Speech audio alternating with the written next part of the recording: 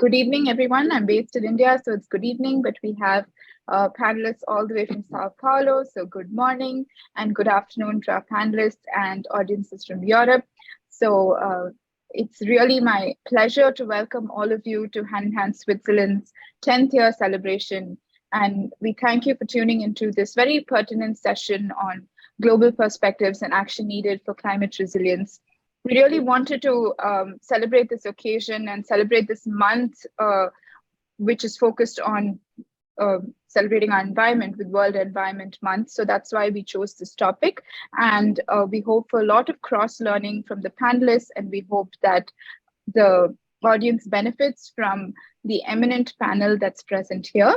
So we would love to stick to the time. We have 1 hour and 5 panelists. So without any further delay, I invite Mr. Sandeep Mukherjee, who's our Director General of Hand in Hand Switzerland, to present the opening remarks and give us an overview of Hand in Hand's work in Switzerland, India, and Cambodia, and specifically focusing on climate change. So over to you, Mr. Sandeep. Thank you very much, Sahana. Namaskar, Vanakkam, and good evening to everybody. I warmly welcome the entire, all the participants, our valued panel speakers, our donors, partners, and of course, well-wishers, our president, Dr. Kalpana, as well as our colleagues who have logged in. It's a very important and auspicious day for all of us. And I remember it was way back in 2012 when Dr. Kalpana, she drew up this vision of having this entity in Switzerland. And I had the good fortune of being associated right from the drawing board stage.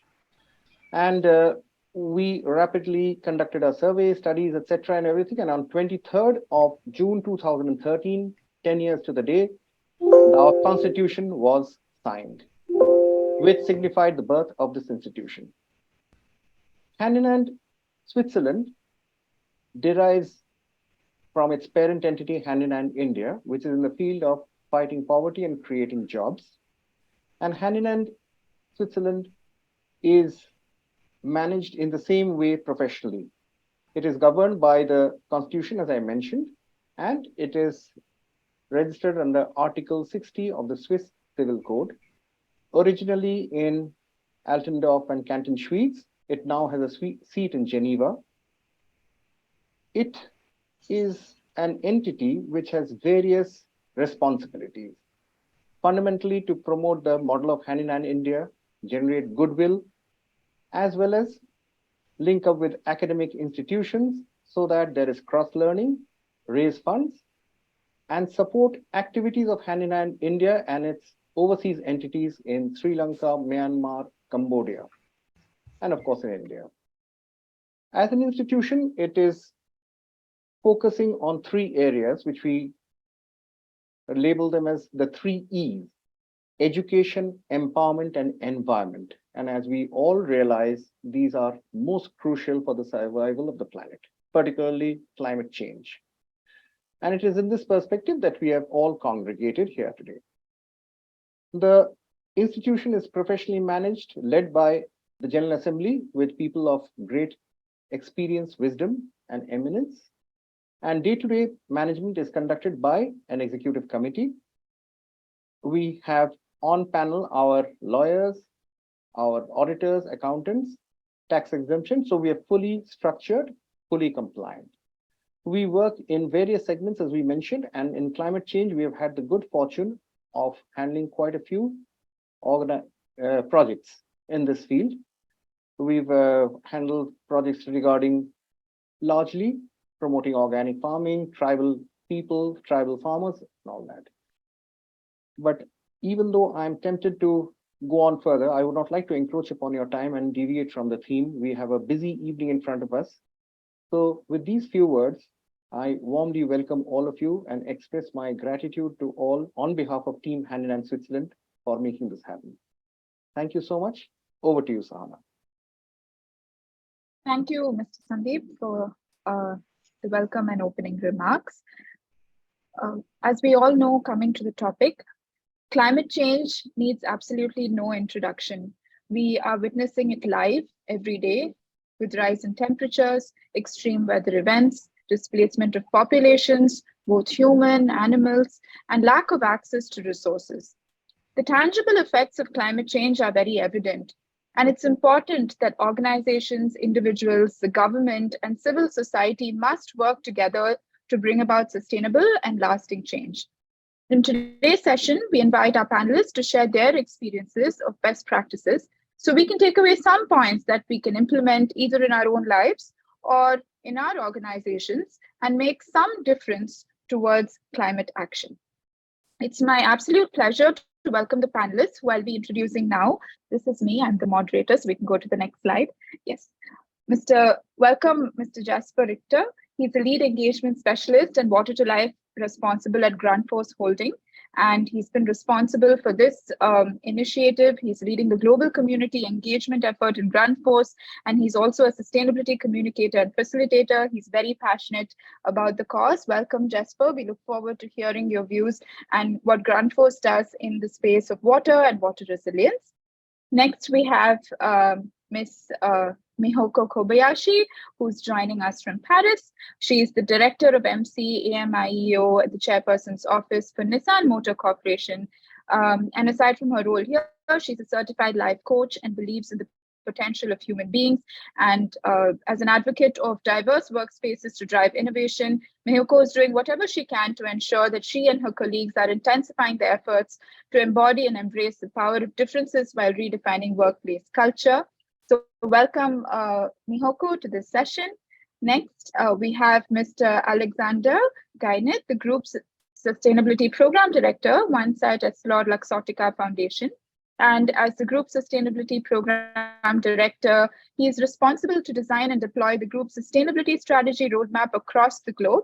He handles a multi-stakeholder relationship and is responsible for marketing, climate change, human rights, circular economy, sustainable innovation, and social business. So we can't wait to hear from you. We have Ms. Tina Mitra, the founder, and we can go to the next slide. We have Ms. Tina Mitra, founder and CEO of Genesis Risk Consulting. She's a dynamic and driven banking executive with over 20 years of experience at the leadership level with the Canadian financial services industry. So she's joining us from Canada today. She has extensive experience in 3 lines of defense, including frontline businesses, compliance, risk management, governance, controls, and internal audit. She's experienced with ESG and has taken the ESG course, and we look forward to hearing her views on board and governance. And last, we have Professor David Grover, who's an Associate Professor of Environment and Development at Grenoble School of Management in Paris, France. He is very passionate about international development, poverty alleviation, and impact assessment tools. He's focusing his study and research on climate change and energy, and currently in Sao Paulo, trying to understand Energy Tech Initiative. And we hope to hear more about this in the webinar today. So once again, thanks to all the panelists for being here. And we can move on. We can close the presentation. So before we move on to the questions, I just want to encourage all the participants to engage actively in the chat box. So the panelists can respond to you either towards the end, or they can even type in the chat box and get back to you. So let's move on now to the discussion. So to set the stage and really understand climate resilience from the perspective of each of the panelists and their domain expertise, I'll move to Jesper first. Jesper, as you're aware, access to water is non-negotiable. The day zero has arrived already in some parts of the world. I'm from Chennai. We live here, and we witnessed it, I think, in 2019, where water was not available, and this photo went viral on social media with several women lining up for that drop of water in their buckets. So can you please talk a little bit about water resilience and how what you are doing to mitigate water-related challenges that are to occur now and in the next 10 years? Yes, happy to. Thank you so much, Sahana. Well, I think from a general perspective, not nearly is being done enough today to mitigate the challenges that we will face in the near future. But I guess that's how it's like with us humans, that we react quite late to large problems, or well, at least politicians do. But then I suppose I don't know if they're in the same category as humans. But if we look at Jakarta, I think that's a city of 10 to 30 million people. That's a great example of why water resilience needs to be taken seriously. because over there they're pretty much building a new capital city as a result of poor management of their water resources. So they have a city that is actually sinking because of uncontrolled groundwater extraction. And that is a problem they could have taken care of a long time ago, or at least taken better care of a long time ago. So now groundwater is heavily polluted and there are regular floods, and it's not a sustainable place for the 10 to 30 million people who live there, depending on how you count. I think there are some main reasons for focusing on water resilience. And the first one is operational continuity and resilient supply chain. And that is basically because that water is a fundamental resource for most of the things that we need and do here in life. Second one is risk management. That's risk of water scarcity or water quality degradation, physical damage from floods or storms, and much more. Last one is cost savings, obviously as a consequence of the first things that I just mentioned, but also just cost savings from reducing your own utility bill from reduced water consumption. Grundfos and the Grundfos Foundation has a collaboration with C40, and I have a few examples from here that I'd like to mention before I dive too much into Grundfos. We have Dhaka in Bangladesh. They are currently boosting rainwater harvesting facilities, and they're also increasing urban green space by 70%. Another city in another part of the world, Sao Paulo, they have a high risk of urban flooding, but they improve flood resilience by converting concrete and asphalt areas into green, absorbent, multifunctional zones. They call them rain gardens. Same kind of principle in China also, where in Fuzhou and Nanjing, where they call it sponge cities. And it's basically, a sponge city is basically using several different approaches, both natural and man-made, to soak up water and then manage the release of it. And that can be used for, either too little or too much water. Grundfos is involved in these projects, by the way, and if I should mention a few others, then we have a program called BioBooster that is implemented in some parts of the largest dairy company in Scandinavia, and there we can essentially cut water waste by 95%, cleaning and reusing the same water over and over again. And we saw the same principle applied to a brewery called Carlsberg. I think some of you know that, where the processed water has been reduced by 90%, meaning that a liter of beer now requires 1.4 liters of water to produce. And in other breweries, it can be up to 5 to 8 times that number. So there are many different ways to both conserve the water you have much better, but definitely also mitigate any risks there might be. That's great. Thank you, Jesper. I think that some of the suggestions, some of the examples you gave were very innovative and to show that even small changes can go a long way. So thank you for starting off and sharing some great examples. I would next move to Mihoko, because after water, I think air is one of the biggest things we need to talk about in the United Nations, the Conference of Parties. There's a target of reducing the carbon emissions and reducing the rise of global temperature to just 1.5 degrees. So you come from an industry that's quite heavily polluting. So can you throw some light on how, you are working towards reducing, combating carbon emissions? Yes, thank you for the question. Yes, automotive industry, according to the McKinsey report, more than 10% of the global CO2 is coming from the vehicles on the road, like passenger car and trucks, etc. So as an industry, we are very responsible for CO2 emission. And I have witnessing the evolution of this industry. 20 years ago when I started, there was no electric car at all. And now today, everybody fighting for the development of an electric car. So there's evolution. And today I want to share 3 points. What is the focus for the industry for your information? First one is that first important thing is that we need to electrify the vehicle, because comparing from the very traditional engine, electric vehicle emission is much less. So if we replace the car from normal engine to electric car, that automatically drop the CO2. So that is the first focus for the industry. And second point is that we need technology and broader supply chain in order to make electric car. So the electric car is available, but in order for the clients and customer to enjoy long mileage drive with cheap cost of vehicle, we need to make sure technology will help that. So all the industry is investing for the new technology, and also manufacturing of the vehicle is not only for manufacturer of the vehicle, but also the suppliers of the parts. So the big scale of supply chain is also important focus. And lastly, I want to touch upon the ecosystem. Okay, car should be zero emission, but the whole life cycle of the car, from the manufacturing till the recycle, has to be also zero emission. So we need to make carbon neutralize on the manufacturing plant. And also we need to focus how we can recycle the electrification battery for the multiple use, maybe the second usage of the vehicle, or sometimes we can connect with the home or building, or even for the electric company, which needs additional energy for the summertime, etc. So this is big ecosystem, not beyond the vehicle itself. So this is new trend which I am observing and very excited.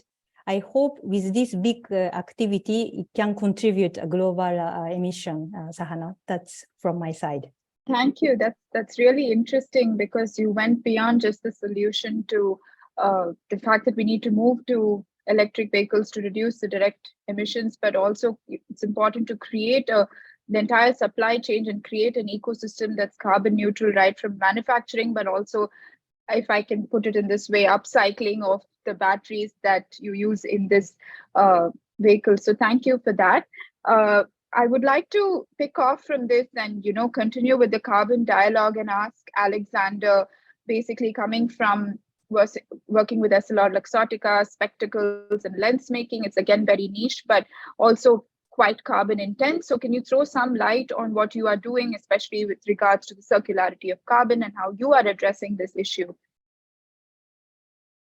Yes, thank you for the question, and very happy to be here today. Thank you for Hen organizing this event. Maybe just a couple of words on EssilorLuxottica, maybe because it's not a very well-known brand per se. However, we're very large. We're a global player in the design, the manufacturing, the distribution of frames, lenses, sunglasses.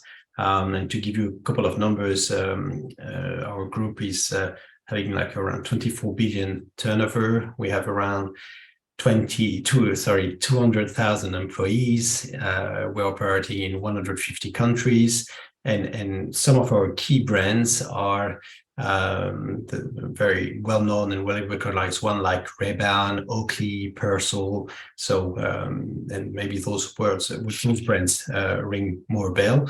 And we have a strong network of a retail with around 18,000 doors. Just wanted to put that in perspective, because we have a big we say impact as a company, and we're fortunate to be in an industry where we have also a positive impact with what we do, because we believe good vision. We are in the vision industry, and we believe good vision is a basic human rights, and our mission is really to help to see more, be more, and with the ambition to eliminate poor vision in one generation. So a very strong statement. However, we believe, to link to your question, that to deliver this mission to eliminate poor vision, we need to do it in a responsible way. So that's why we have created our sustainability program that's called Eyes on the Planet. And we have 5 pillars in this program. The first one is carbon. We have also circularity, inclusion, ethics, and world sight. So I will focus more on the carbon dimension, because here what we want is to address really the challenge of climate change, first by contributing to the global agenda towards a low carbon economy, and to also reduce the impact of climate related risk along our value chain. So it's really the two angle of the equation. So in practical terms, what do? In this program, we have 3 work streams. So first one is carbon neutrality. Second one is climate resilience.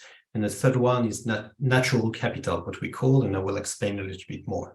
On carbon neutrality here is really to reduce the impact of our business activity on climate. So really reduce this tension. So we have many actions to put that in place. To give you some couple of examples, we continue to improve energy efficiency in all our operation.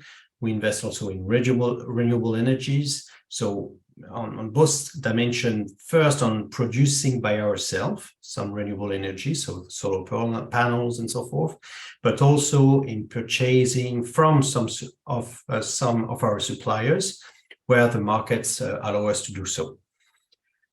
However, our effort doesn't stop on the operation boundaries. In fact, we already initiated several actions to build a low carbon supply chain because we want to have a full value chain dimension. So how do we do that?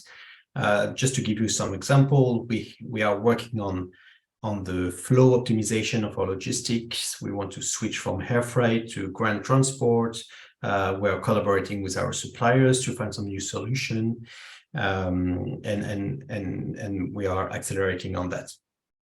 Nowadays, for a group like ours, what is very important is to understand what is our baseline, where we're starting, and so what are the numbers. So we have conducted a carbon footprint assessment at the group level to understand all our climate impact along our full value chain, and this is help us prioritize where to start, what to do, where to accelerate, and really help us to define a more comprehensive climate roadmap and put in place the action at the short, mid, and long term.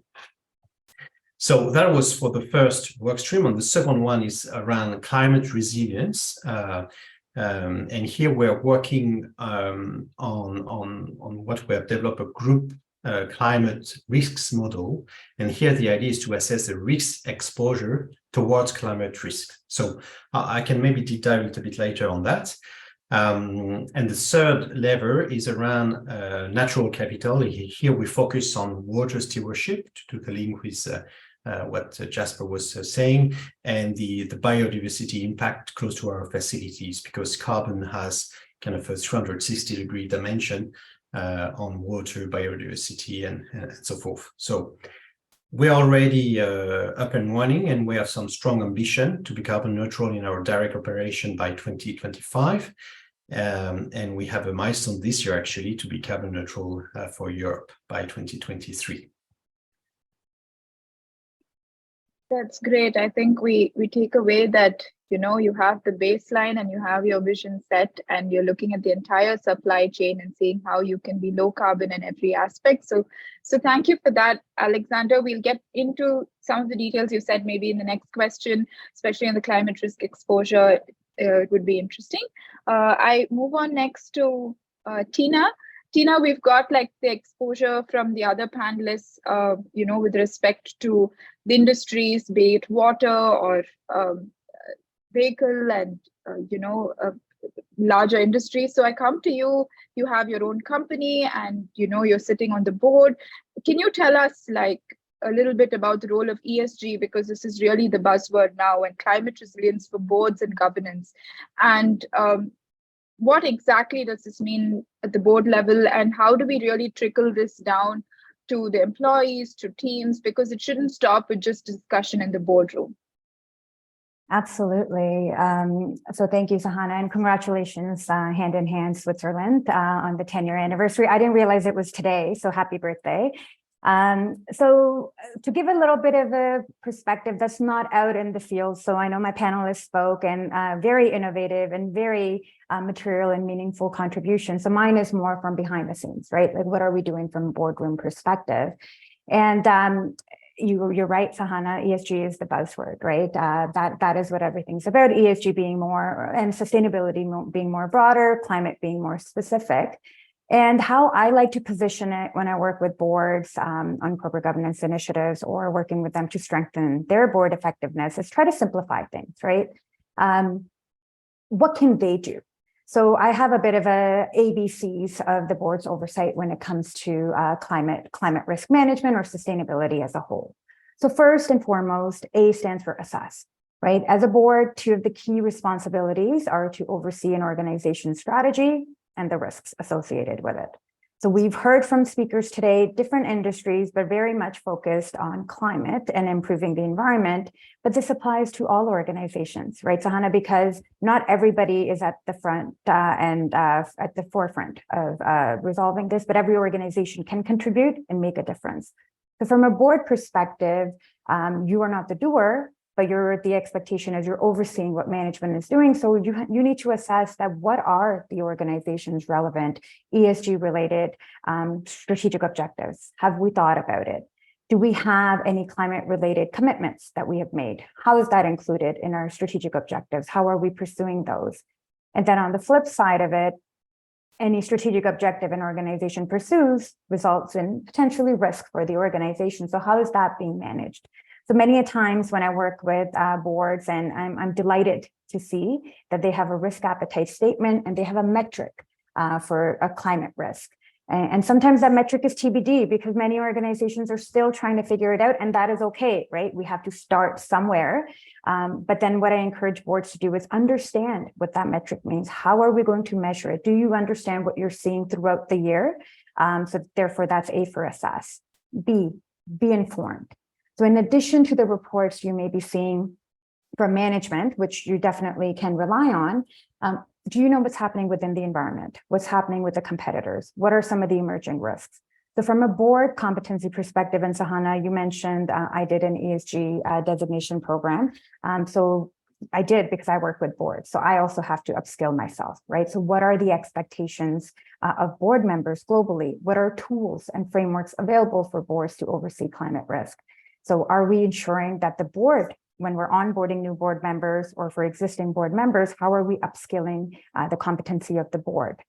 And then also to understand what the stakeholders' expectations are. We can't, and I use stakeholders in particular, not just shareholders, right? It's beyond just financial performance. So are we assuming what our stakeholders are expecting, or are we actually asking them? So engaging them on an ongoing basis, and there are different ways to do that. And then ensuring that we're aligning what their expectations are within our strategy. And then C in the ABC stands for continually monitor and adjust. This is not a one and done exercise. This is certainly not a discussion that only happens at the board table annually, right? This is an ongoing discussion. Are we ensuring considerations for climate-related initiatives that we have, and our commitments outside of the organizations are being considered when we're pursuing new initiatives in all decision-making processes?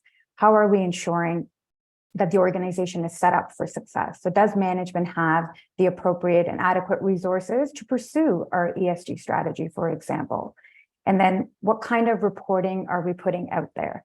So maybe it was okay for year one because we were just starting, or maybe it was okay for quarter one when we created our risk appetite and said climate risk TBD. But then on an ongoing basis, we know more now, there's more information available, there's access to industry experts. It's about continually evolving. So what may have been okay last year, for example, may not be the case. So what strategies does management have to mitigate any potential climate-related developments now and in the foreseeable future? So that would be what I would recommend from board perspective, just to get started. Great, thank you. I think the ABC assess, be informed, and continuing to monitor and adjust sounds quite easily doable, but I think let's dive into it more maybe in the next round. Tina, thank you for sharing. And finally, I come to Professor David. Academia and research both play a very important role in finding solutions for climate change because we can really understand the best practices with different examples. I'm sure you have visited such different places and you're seeing how different models that are successful. So can you just throw some light, especially in the energy sector, that you're quite interested in, and that would be a good angle to bring to the panel as well, Professor? Thanks, Sahana, and thank you to Hand in Hand for making me a part of this event. I've just come to learn about your organization in the last few weeks, but I find it admirable the work you're doing, and to stay alive as an organization for 10 years in the charity sector is no small task. It's a road fraught with pitfalls and bumps and fallen trees, and I hope your journey continues for many more years. I'm coming from a slightly maybe different sector, which is higher education and research. I'm at a business school in Grenoble and Paris in France, where we look at questions of technology and innovation. And I look at questions of technology and innovation in the energy sector and on climate issues especially. On the research side, it's always hard to message to people what research is about, but I like to think of us as uncertainty reducers. I like to think of us as dealing with big thorny questions which are important to the public sector, which are important to business organizations, but which are fuzzy in their answers. And we like to try to reduce the fuzziness through concrete research, testing, information gathering, and reporting and publicity. So that's what we do in higher education through this Grenoble School of Management, looking at energy and climate issues. Sahana asked me to talk a bit about work we're doing in the energy sector that's not in France. And I have a bit of expertise on climate and energy issues in Brazil. And I wanted to tell you about one study that we did looking at international flows of capital, financial capital, into Brazil, which were destined to fund clean energy projects. So as you may know, under the Paris Accord, there is an article which essentially promotes investment by high-income countries in renewables projects in low-income countries. And when a high-income country makes an investment in such a project, the owners of that capital, of that project, can receive carbon credits, which they can then sell on the European carbon market, which creates an incentive above and beyond the electricity that, say, a wind turbine or park generated in Brazil. It's an incentive above and beyond the electricity generated by that facility, which the company would capture. So we looked at a project, we looked at these inflows of clean energy capital into Brazil, and we looked at their effects on employment and inequality and poverty. And we were interested in whether this clean energy investment was indeed or not reducing these sorts of unfavorable social conditions. And the headline finding was, well, we didn't expect to find this, and we did find that we do see more jobs being created, more inequality being reduced, and more poverty being alleviated through this clean energy investment, at least in Brazil, at least during the periods that we looked at, which was the first decade of this century. And we didn't expect that. And one of the reasons we found that these clean energy projects do reduce those unfavorable outcomes is because they go to rural areas. And rural areas tend to be more where the unemployment and the poverty and the inequality is sharpest. And with renewables, what you have are inexpensive land and facilities, you have resources which can be exploited in rural areas, which tend to be where these unfavorable outcomes persist. I think that's enough to give you a sense of the type of research that we do. I'm also happy to talk about other projects we've done later on in the webinar. Again, thanks for having me. Yeah, thank you, Professor David. It's quite unfortunate that I think whether it's Brazil or whether it's India or it's the developing rural areas that are very disproportionately affected by not only climate change, but looks like even these sort of investments that are supposed to, help also called with renewables, etc. So your research was interesting. That's why I thought it would be good to bring a perspective from South America as well. So thank you for sharing. Before we move on to the next round of questions, I just want to say that there are a couple of questions, especially relating to electronic vehicles, that have come in the chat box. So if any of the panelists want to take it in the chat, please feel free to do that, and we'll come to it later in case it's not addressed in the chat, because I really want to move on, and we have to, like, we're running very short on time. I think 1 hour is not enough.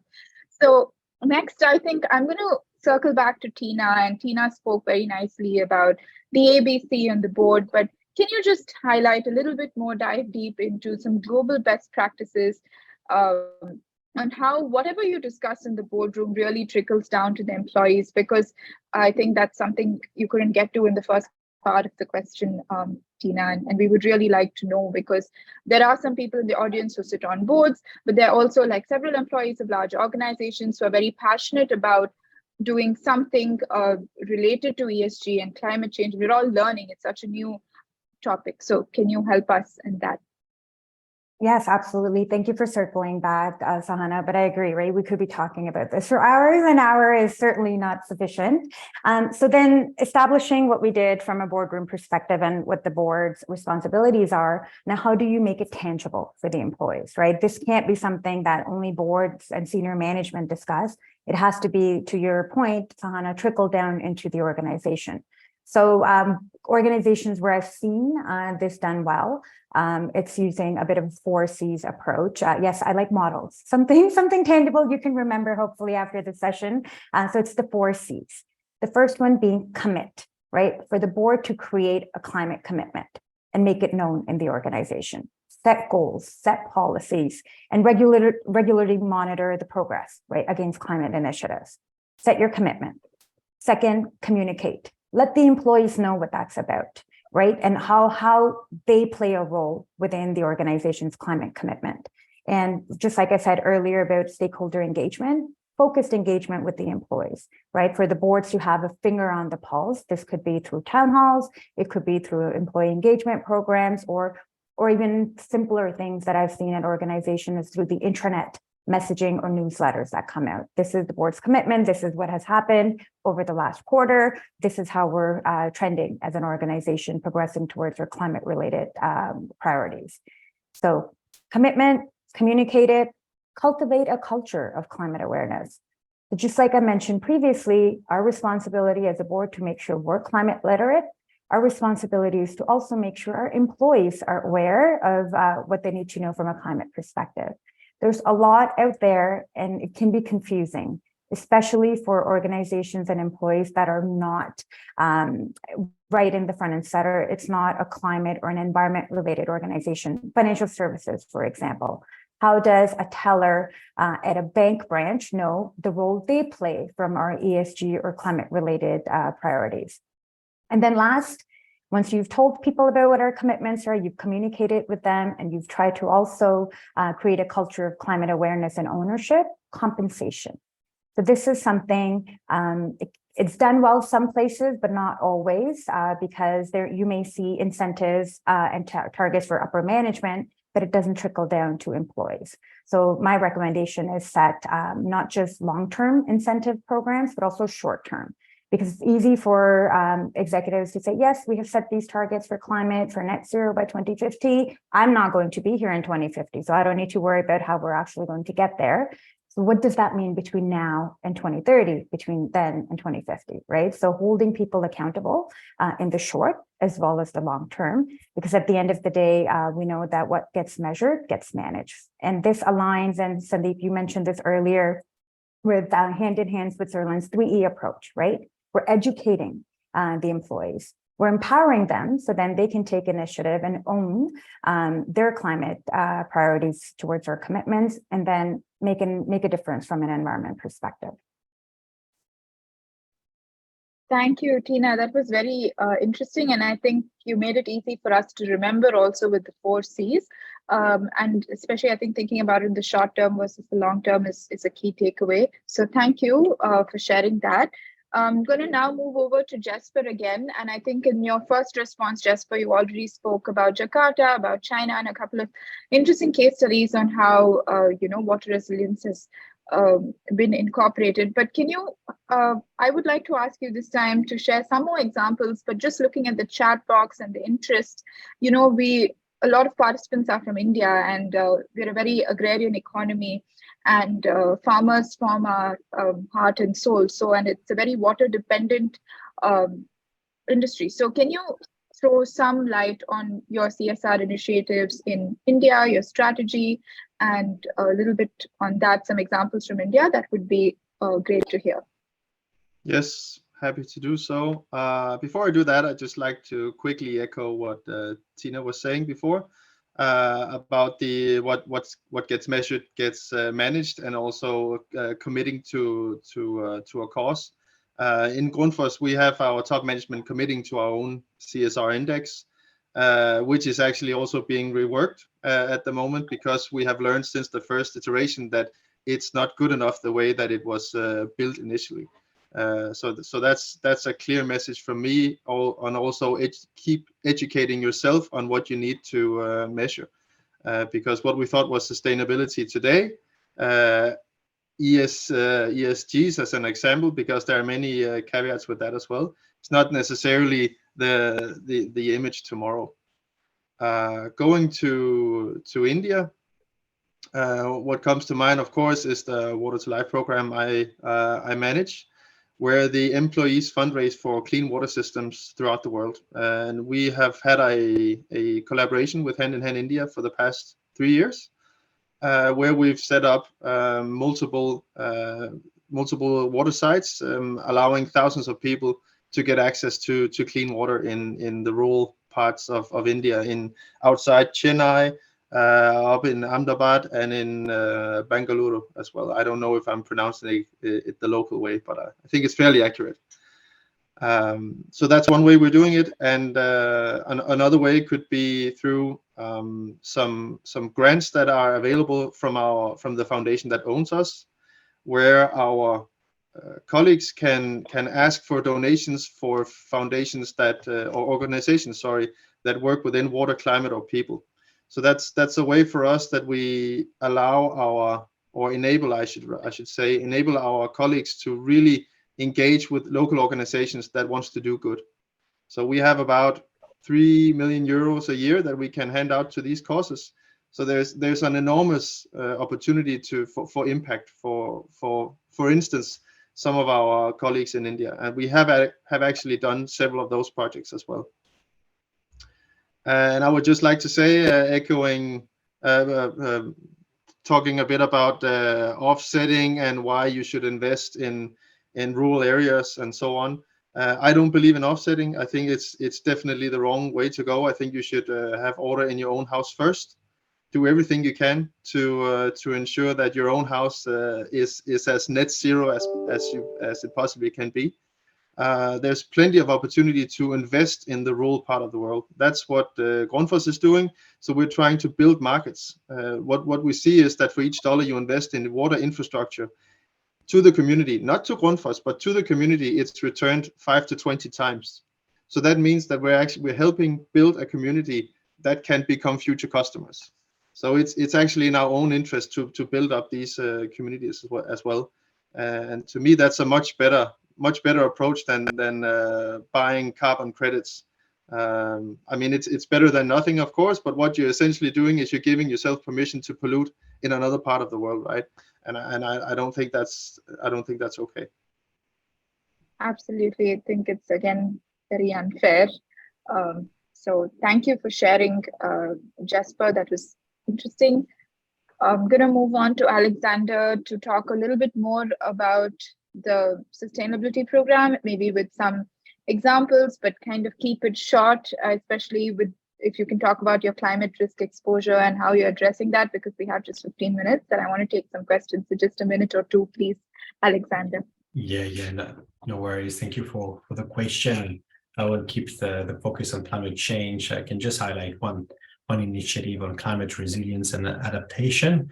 So the group, we have invested in what we call a climate risk model. And the idea was to better understand the climate related risk of our operation. So in this model is based on different climate hazards like heat stress, sea level rise, precipitation, drought, hurricanes, flooding, and we put some different scenarios of the UN IPCC by midterm by 2030, 50, and to 2100. And the idea was to evaluate the climate resilience of our facilities within those climate hazards. That's really the idea. So we did a full screening, I would say screening of the physical climate risk exposure of those specific sites. And the idea was to anticipate and prepare for those potential climate hazards that will most likely happen. Raise awareness internally to combat on what Tina was saying. Protect also our employees in urgent situations. So to make it very concrete, when you have a flooding, if you have raised your site by 3 meters, but your employees can't come to work, there is no point, you see. So how you can have in your business continuity plan engaging also the employee dimension. And so the idea was really to improve the resilience of all our assets and the supply chain.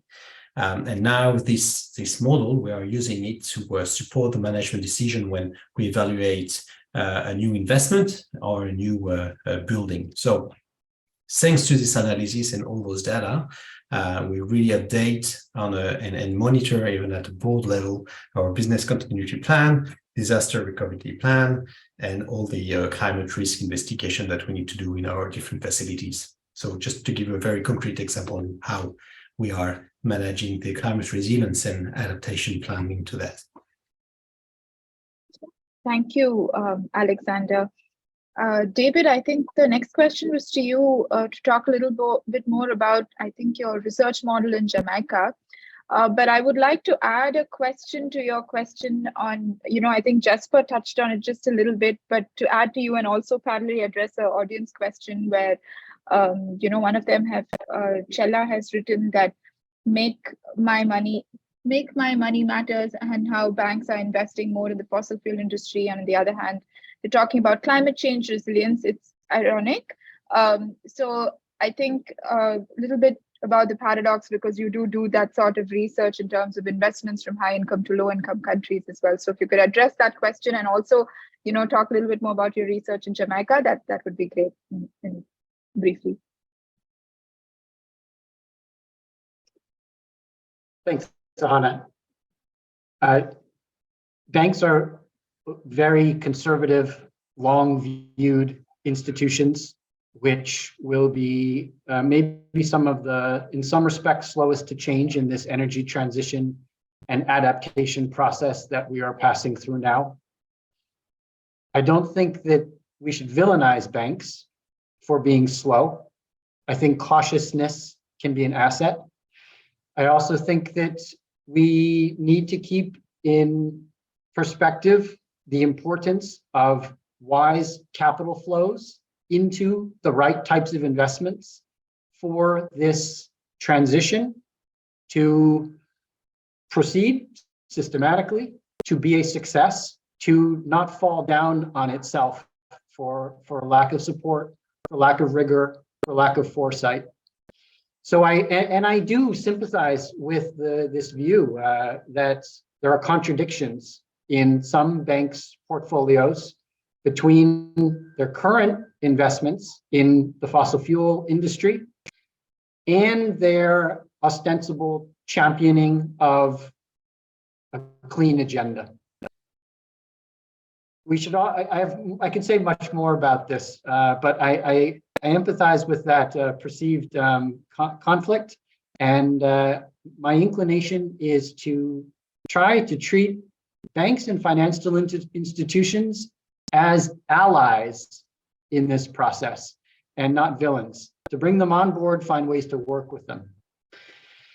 On the question about Jamaica, Sahana asked me to talk a bit more on the adaptation side about some work we're doing in hurricane-prone Jamaica. So as Alexander and Jesper have mentioned, climate change looks like more extreme weather events. That can be too much water, too little water, water of the wrong quality. It can look like heat waves, And in Jamaica, it looks like hurricanes or tropical storms or tropical cyclones, however you'd like to call them. Some research we're doing in Jamaica is looking at how households perceive the threat of a hurricane and how they adapt, but also what cognitive behaviors or habits they exhibit when they're taking in information about a hurricane warning, and how that information ends up transmitting into adaptive behavior. So when you look at the damage that hurricanes causes, it's often caused to the property and infrastructure sectors. Hurricanes cause damage to the built environment primarily, as Alexander mentioned in his review of facilities at his firm. And the things that we can do to protect those properties and built and physical assets often involve things like fitting hurricane straps to roofs of homes to make sure that the roof doesn't blow away. This is would be a small home, for example. In an industrial facility, it might be boarding up windows. It might be having a systematic plan to turn off electricity supplies before a hurricane comes through.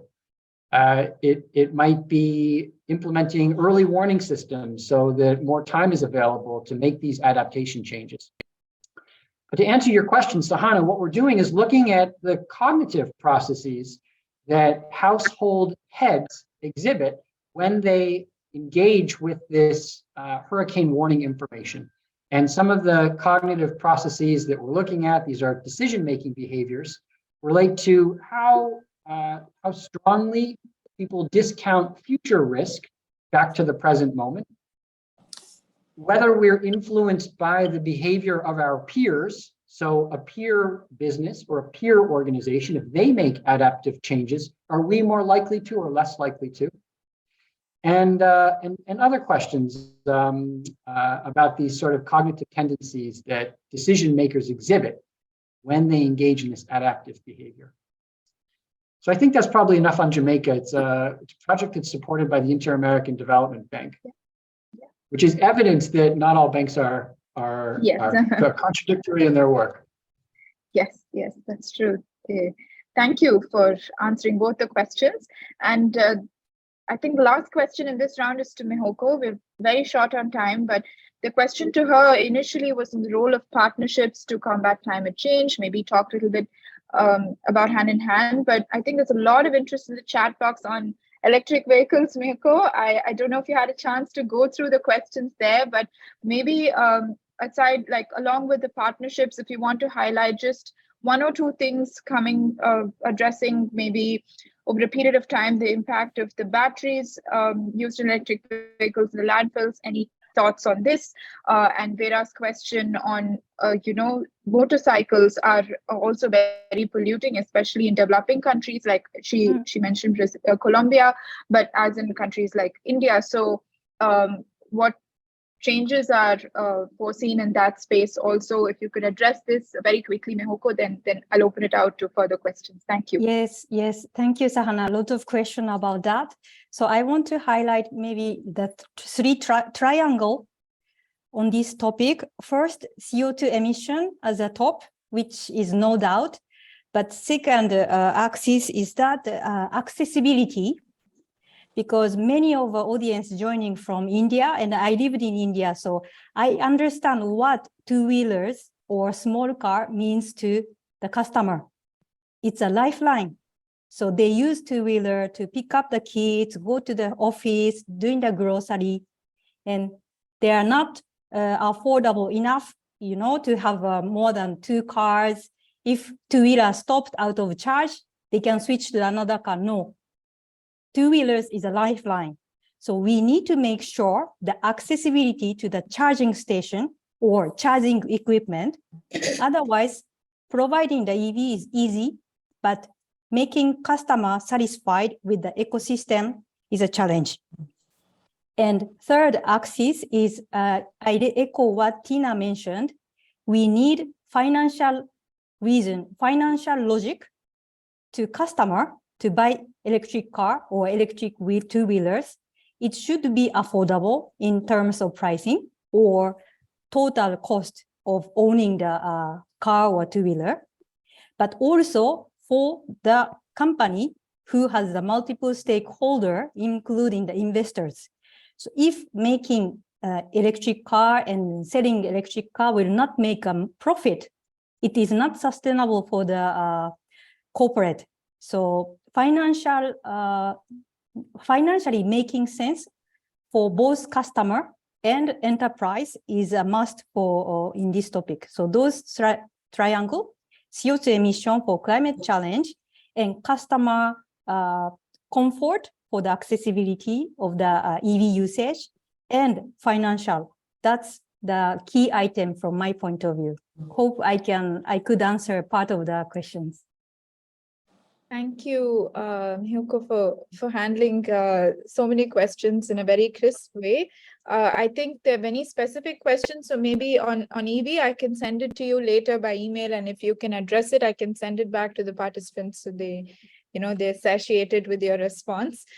We have just 5 minutes left, but we have a lot of questions. I, in fact, have one more question for the panelists that we've prepared. So what I'm going to do is maybe go over by just 1 or 2 minutes, if that's okay with the panelists, and just ask 2 questions, and then we can have the wrap up. So Viola has asked us, hello everyone, to all the panelists, where are we going wrong to mitigate the water crisis, air pollution, and climate change? And it'll be great if I can have a response on this from Jesper, Alexander, and Tina. And then I will maybe take one more question for Miyuko and Professor David. Should I go first? Sure, please. Yeah. Legislation. Okay. Simply needs to be a lot more legislation in place, because until we have that, companies will be fighting for profit. They will be fighting for customers, and they will be fighting in a market that is not regulated enough.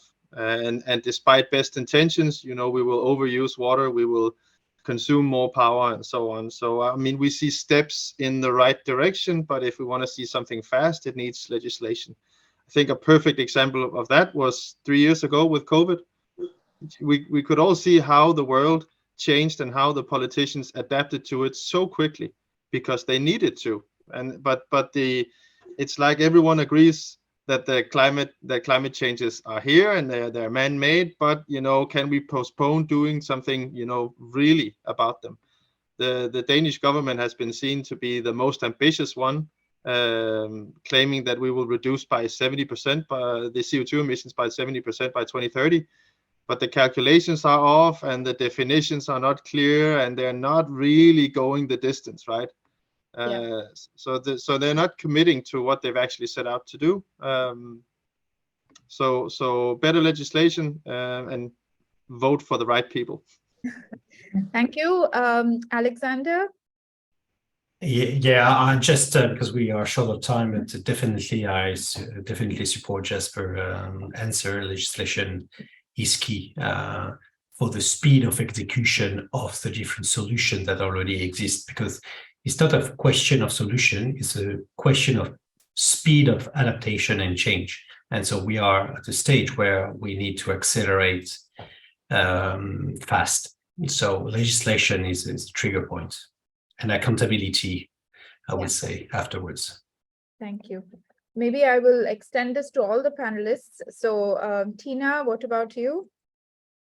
So I'll make it very brief. So agree with what's been said by Jesper and Alexander. So absolutely legislation. But again, right, speed of execution is key. And my 2 cents to the organizations who haven't embarked on this journey or not as farther ahead as they should be would be not to wait for legislation, though, because we're seeing, especially here in Canada and North America, it is complex. There are consultations, but there is no standard.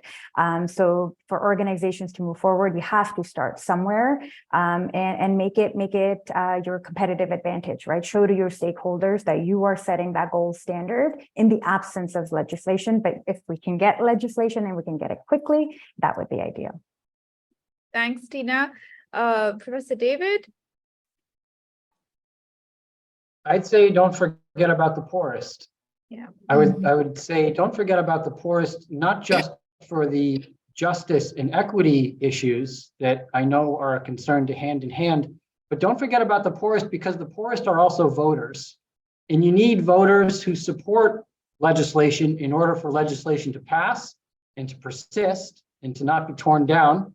And you need voters to support this energy transition, which has a very large price tag and which is being led by the state and major investment institutions. And if you don't have that grassroots support, the transition and the adaptation won't bear fruit. Yeah, absolutely. And Miyoko, your views on where we really going wrong to mitigate all these crises?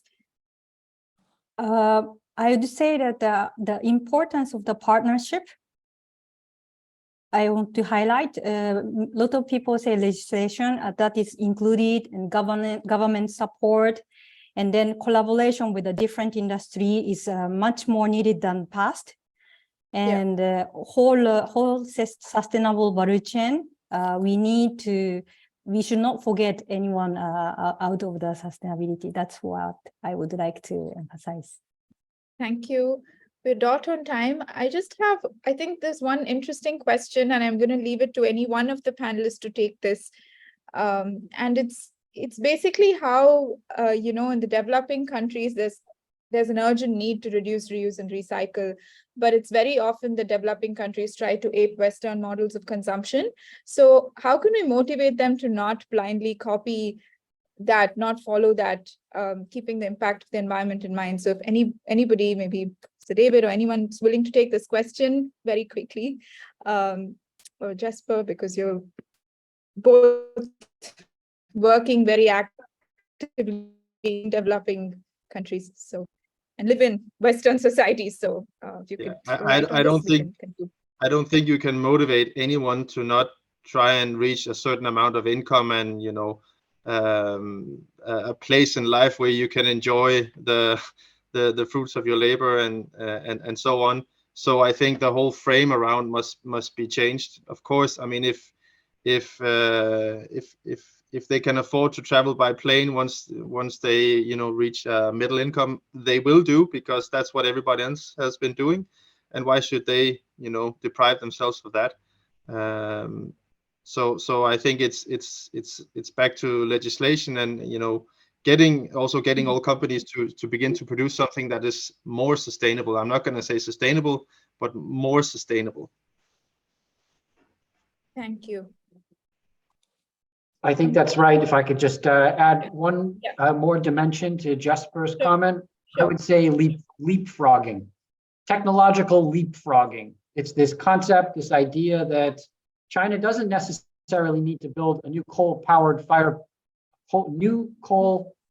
power plant each week, when much of the technology for producing electricity in a clean way didn't exist when the United States and Britain industrialized exists today. It may cost a bit more, but leapfrogging is the idea that we can skip over that industrial, dirty, polluting phase of development straight to the sort of services, cleaner, modern economy we're in now. Great, thank you. Thank you so much for your candid responses and very pertinent ones. I can't believe the hour has gone by, though I did expect it to be very packed. I may not have time to do a summary, but I will just hand over. I want to say thank you so much again for your time, and hand over to Dr. Kalpana for the closing remarks and vote of thanks. So I think that will bring the whole session together. So over to you. Good morning, good afternoon, and good evening. I want to thank all the eminent panelists for sparing your valuable time. Your inputs were very insightful. We will document the key lessons learned and circulated to all the participants. We'll also reach out to you in case we need some additional help. Today, Hand in Hand India celebrated 20 years in March, and today Hand in Hand Switzerland is celebrating 10 years. I want to thank all the key stakeholders. A special thanks to Ambassador Tripathi, CEO Aunt, my Triumph friends Vera and Todd, Sandeep, Sahana, and Emily for supporting programs in India and Cambodia. I wish to thank all the participants for your support and encouragement today. Thank you, one and all. Thank you very much, Dr. Kalpana, for your leadership as president of Hand in Hand Switzerland and managing trustee of Hand in Hand India, I think your vision has really steered us on for 2 decades in India and and a decade in Europe. So that's not easy. So thank you. I'm going to definitely be in touch with all of you panelists and follow up on the questions, because it's a bit overwhelming to manage the chat box. And I hope that this relationship and partnership with all of you continues. So thank you very much once again. And special thanks to Mr. Sandeep for his idea. I think he ignited the spark that we should celebrate today. So thank you so much. Thank you, everyone.